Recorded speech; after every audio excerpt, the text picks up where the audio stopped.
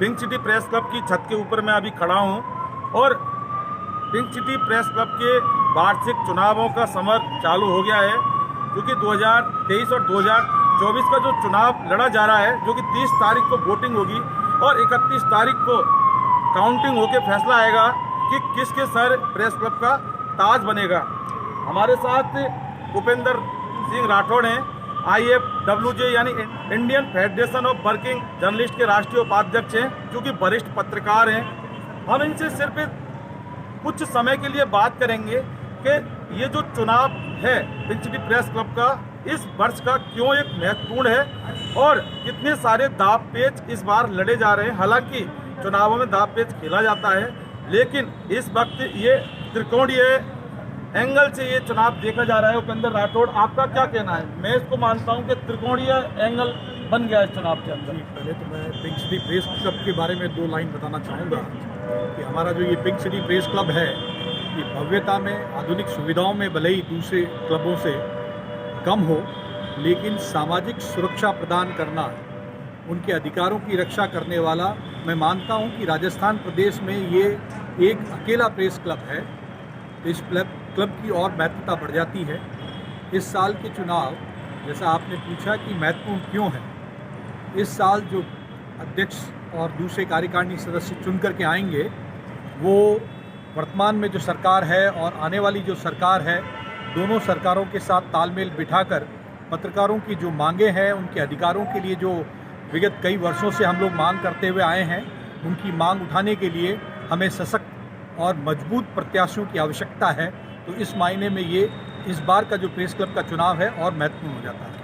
अच्छा, मेरा ये कहने का मतलब है कि अध्यक्ष पद के लिए 3 प्रत्याशी हैं। एक बार आप दिखाएं। मैं आपको बता दूं कि राजधानी की पिंक सिटी प्रेस क्लब का एक बहुत महत्वपूर्ण स्थान है पूरे देश के अंदर। तो यहाँ पर अध्यक्ष पद के लिए 3 कैंडिडेट लड़ रहे हैं, अभय जोशी, मुकेश कुमार मीणा और राधा रमन। और महासचिव पद पर परमेश्वर प्रसाद शर्मा, रघुवीर जांगिड़, राजकुमार शर्मा जकड़ी, रामेंद्र सोलंकी और योगेंद्र पंचोली। बात अध्यक्ष पद की अगर बात की जाए, तीनों धुरंधर नेता हैं। इसमें से मुकेश मीणा पिछले दो साल से लगातार अध्यक्ष पद पर हैं और तीसरी बार वो अपनी किस्मत आजमा रहे हैं। उनका कहना है कि कुछ और काम रह गए हैं, उनको पूरा करना है। वहीं राधा रमन भी पूर्व अध्यक्ष रह चुके हैं और अभय जोशी भी पूर्व अध्यक्ष पिंक सिटी प्रेस क्लब के रह चुके हैं।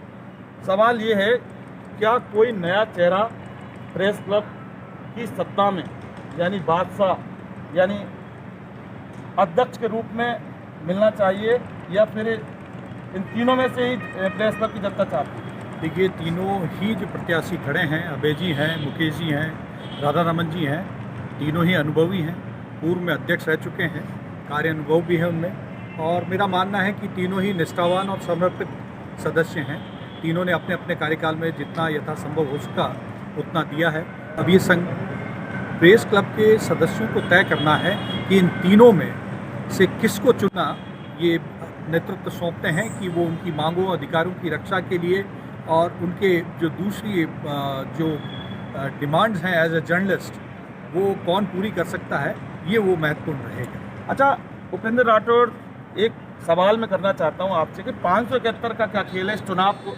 ऐसा देखने को मिल रहा है मतदाताओं में कि 571 का एक अहम रोल, 571 का मतलब जो नायला योजना या लंबित आवासीय योजना या बोलेंगे pink city press club enclave योजना सरकार ने लागू की थी, जो नहीं मिली, उसका किस तरह से प्रभाव इस पूरे चुनाव में देखने को मिलेगा? क्योंकि मामला 571 को देखकर जो लग रहा है। एक संगठन का प्रदेश पदाधिकारी होने के नाते और IFWJ राष्ट्रीय उपाध्यक्ष होने के नाते हमारी हमेशा मांग रही है कि पत्रकारों को जयपुर ही नहीं, पूरे राजस्थान में, पूरे प्रदेश में भूखंड और आवास की व्यवस्था हो, क्योंकि उनके पास में निश्चित रोजगार की कोई स्थिति नहीं है।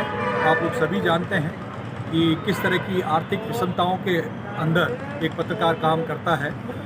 नायला जो योजना है 571 पत्रकारों को जो भूखंड आवंटित होने थे, इसके बारे में IFWJ ने पूर्व में एक पत्र भी लिखा था राज्य सरकार को कि इस प्रक्रिया को जल्द से जल्द पूरा करें ये प्रक्रिया लंबित हुई है, लंबे समय से इसको खींचा जा रहा है। तो मेरा ये निवेदन रहेगा राज्य सरकार से कि इस प्रक्रिया को जल्द से जल्द क्रियान्वित रूप प्रदान करें और ये जो 571 जो सदस्य हैं उनमें आक्रोश भी हैं। अवश्य वो चाहेंगे कि कोई ऐसा व्यक्ति, ऐसे पदाधिकारी जीत करके आएँ इस बार कि वो उनकी जो मांग है उसको पूरा करवाएं, ताकि वो जो संघर्ष है उनका, वो संघर्ष में वो विजयी हो सके। चलिए, खैर सारी बातें यही हैं। पिंक सिटी प्रेस क्लब का चुनाव है, सारे लोग योग्य हैं और सारे अपने घर के हैं, और चूंकि ये घर का चुनाव है, कोई राजनीतिक चुनाव नहीं है। सवाल ये है कि काफ़ी दिग्गज अभी इस समय लड़ रहे हैं। मतदान होगा, काउंटिंग होगी, पता चलेगा कि कौन यहाँ का बादशाह बनेगा। लेकिन एक बात ज़रूर है कि 571 का जो पिछले 6 महीने से, चूँकि इन्वेस्टिगेशन मीडिया ने भी खूब कवरेज किया है, इस पूरे चुनाव को प्रभावित करने वाला ज़रूर है। और जिस तरह से माहौल बन रहा है कि 571 ने जो चलो नायला ग्रुप है, किस तरह से पिंक सिटी प्रेस क्लब का चुनाव प्रभावित होगा, वो देखने वाली बात है। लेकिन उपेंद्र राठौड़ हैं, Indian federation of working journalist के राष्ट्रीय उपाध्यक्ष हैं, पत्रकारों की योजनाओं के लिए काफ़ी प्रयास करते रहते हैं। अभी 21 तारीख को भी पत्रकार सुरक्षा कानून के लिए एक अनोखी पहल उपेंद्र राठौड़ ने की थी और पूरे राजस्थान से सैकड़ों की तादाद में पत्रकार आए थे, सरकार के खिलाफ मोर्चा खोला था। समय समय पर पत्रकारों की मांगों के लिए लड़ते रहते हैं, संघर्ष करते रहते हैं। और इन्वेस्टिगेशन मीडिया ने भी पत्रकार सुरक्षा कानून का जो मोर्चा खोला, उसकी भी अपने चैनल पर कवरेज की थी। कुछ समय के लिए बात करनी थी प्रेस क्लब के चुनाव को किस तरह से उपेंद्र राठौड़ देखते हैं, और फैसला जनता करेगी। सारे अनुभवी लोग हैं, कुछ नए लोग हैं, और नए लोगों को भी सत्ता में आना चाहिए। वो समय बताएगा, प्रेस क्लब की जनता बताएगी।